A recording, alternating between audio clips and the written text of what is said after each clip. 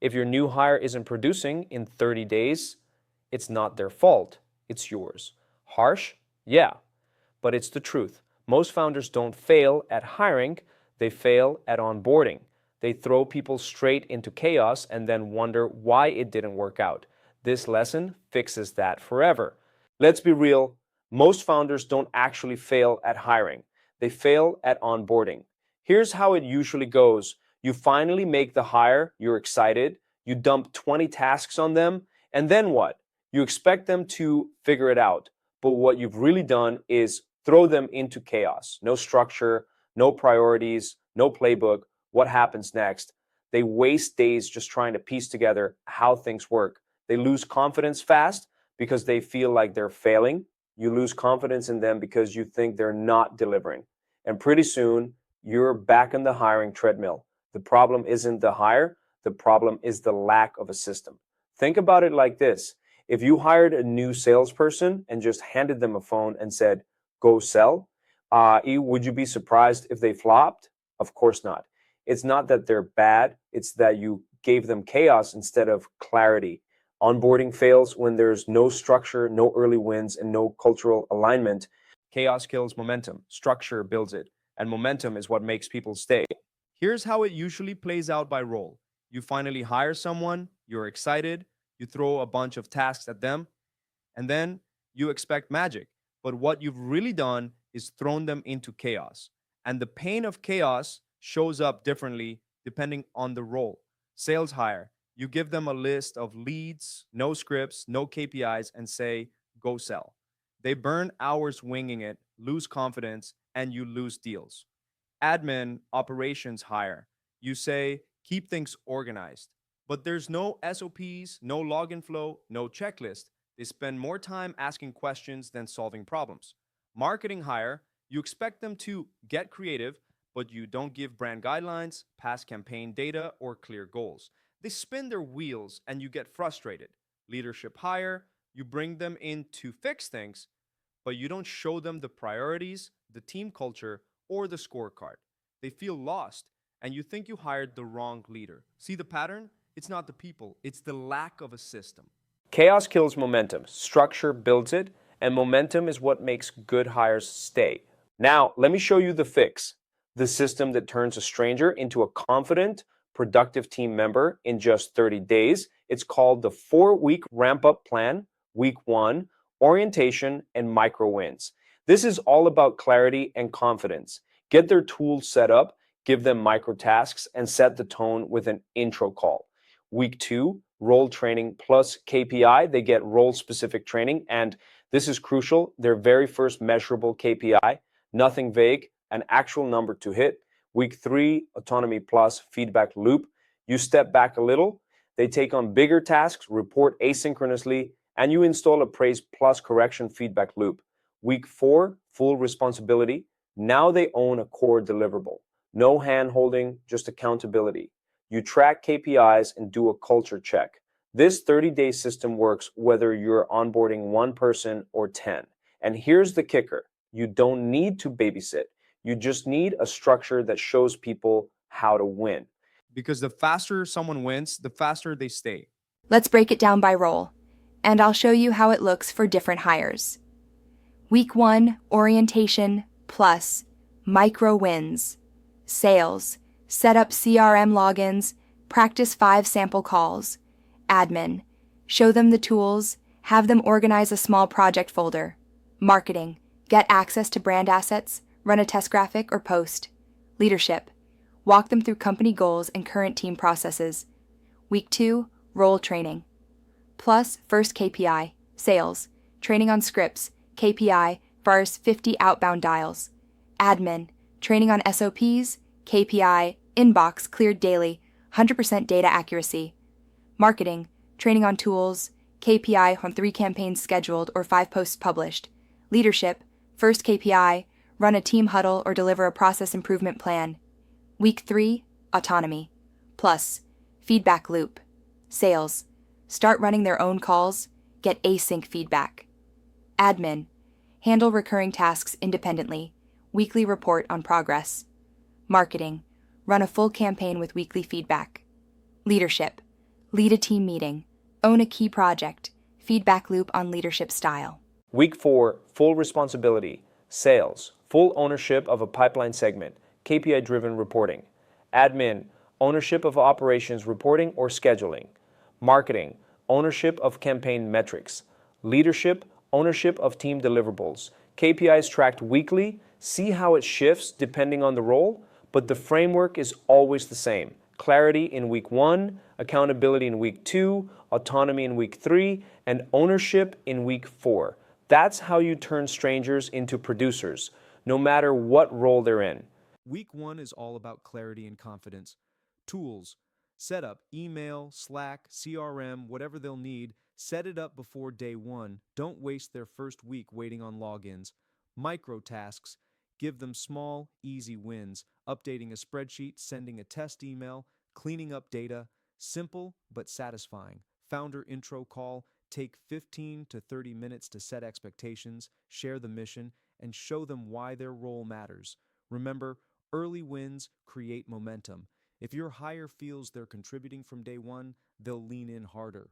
All right, let's break down week 1 by role so you can see how this plays out in real life. Sales hire. Week 1 should be about orientation, not pressure. Get their CRM logins set up, walk them through your scripts, and let them make a few practice calls, maybe to you or another teammate. The win isn't closing a deal, it's just getting comfortable with the system. Admin or operations hire. They should be given clear access to tools and SOPs. A good week 1 micro task, have them organize a project folder or run a simple inbox zero test. The point is, they complete something that makes your world immediately more organized. Marketing hire, give them access to brand guidelines, past campaign files, and creative tools. Then set a small task like drafting a test social post or designing a quick graphic. Don't expect genius yet.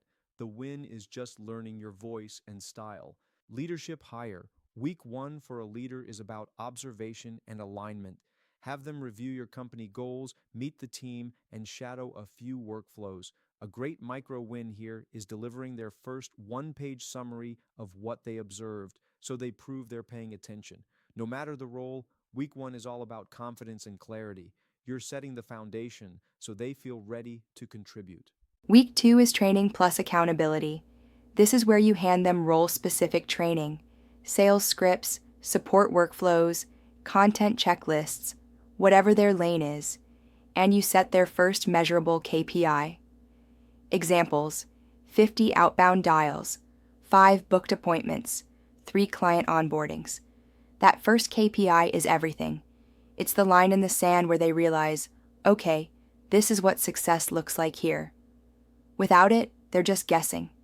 Week 2 is when accountability begins, and it looks different depending on the role. Sales hire, this is when you move from practice to live reps. Give them a training block each day and set their first KPI. Maybe it's 50 outbound dials or 5 booked calls. That KPI is their North Star for week 2, admin operations hire. Week 2 should give them a specific daily KPI tied to efficiency. For example, keep inbox response under 2 hours or update the CRM pipeline 100% by end of day. These are measurable black and white wins. Marketing hire training might include walking through your ad platforms or content systems. Their week 2 KPI, publish 3 posts or set up 1 small paid campaign. The point isn't scale yet, it's proving they can follow the system.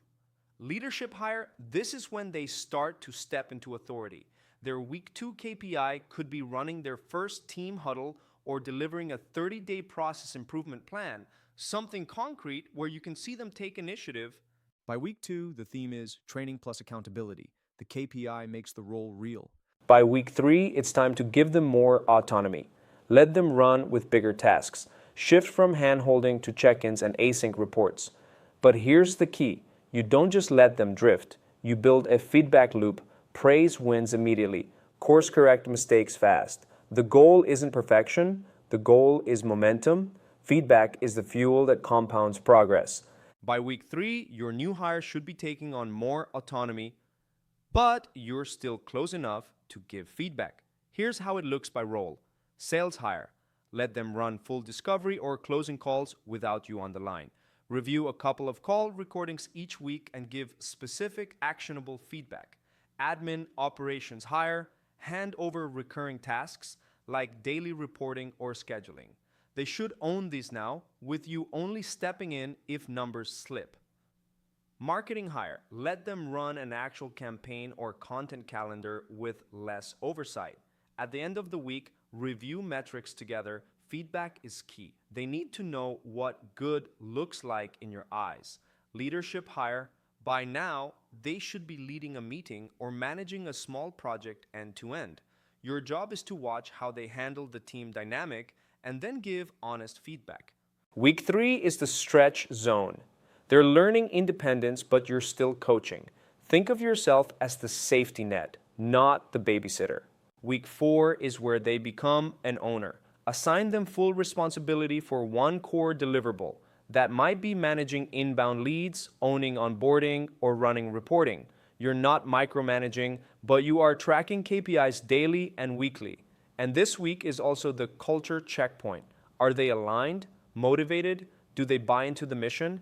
By the end of 30 days, if you've followed this blueprint, you'll know with a 100% clarity whether they're a keeper or a cut. Week 4 is the turning point. This is when you know if they're truly an asset because they're given full ownership of something that matters. Sales hire. Assign them a defined pipeline segment. They own it, from outreach to follow up. Their KPI is measurable: X calls, Y meetings, Z closes. Operations hire. Give them ownership of reporting or scheduling. For example, they're now responsible for sending you the weekly operations report every Monday, no reminders. Marketing hire. Assign them ownership of a campaign metric. Maybe it's managing ad spend for one channel or publishing and reporting on content performance. They're not helping anymore, they're driving results. Leadership hire. This is where they fully step into command. They own a deliverable tied to team performance, like hitting a team KPI or managing an entire project cycle. Their success or failure shows if they can truly lead. Week 4 is about ownership and accountability. No excuses, no micromanaging. If they've been set up right, they'll thrive here. And if they don't, you'll know early, which saves you months of wasted payroll. Now let's talk about the lever that makes onboarding scalable: SOPs. SOP, standard operating procedure. Step-by-step instructions for repeatable tasks. Example: SOP. Log in to CRM, open the pipeline, update lead statuses. That's it. Simple, clear, no confusion. You only document once, but you use it forever. Examples of SOPs you should already have: cold caller script, discovery call process, lead management checklist, client success handoff, CRM login, and update flow. And honestly, you should keep documenting as you grow. Here's the rule: if it's repeatable, it should live in an SOP. That's how you scale onboarding, even if you hire 10 people tomorrow. And here's where most founders fail big: culture indoctrination. Because people don't buy into jobs, they buy into missions. Your job is to take someone who's new and help them feel like part of something bigger. How? Through rituals and structure. Daily huddles and weekly recaps, short, focused meetings with a clear agenda. Keeps everyone aligned on priorities and builds team cohesion. KPI scorecards, transparent performance tracking, gamifies achievement and creates healthy competition. Nobody wonders what winning looks like. It's on the board. Recognition rituals, Slack wins channel, celebration Loom videos, shoutouts in public meetings. Recognition is rocket fuel. Wins of the week, bi-weekly. Entire team shares personal and professional wins on Zoom. You pass the ball around so everyone gets the spotlight. Builds connection beyond just work, core value. Gifts, praises, monthly. Spotlight people who embodied company values. High performance gifts, praises, recognize those who exceeded expectations and crushed KPIs. Monthly team events, all hands or town hall. Agenda includes monthly status, start, stop, continue, company goals and rocks, projections and numbers, new ideas, wins and acknowledgments, improvements and diagnoses. When you layer in rituals like these, your hires stop feeling like outsiders. They become part of a tribe, and that's what makes them stay. Now, here's where we give you leverage. Every hire from our marketplace comes with a starter SOP pack. That means they're not starting from zero, they're starting from a system. We also run them through pre-orientation and culture training. So by the time they meet you, they're already plugged into tools and understand US-based business culture. You're not onboarding chaos, you're onboarding momentum. So here's the choice. Option one, build this entire onboarding system yourself. Create SOPs, run culture rituals, design a 4-week ramp up. It works. And if you're serious about scaling, you must eventually do it. Option two, shortcut the process. Plug into our marketplace where the onboarding system is already pre-built, from SOPs to culture alignment. Either way, remember this. Onboarding isn't an afterthought. It's the multiplier. The faster your hires win, the faster they stick. And if you want 7-figure scaling, you need onboarding as strong as your hiring. Now, in the next lesson, we're going to go deeper into next level stuff. I'll see you there.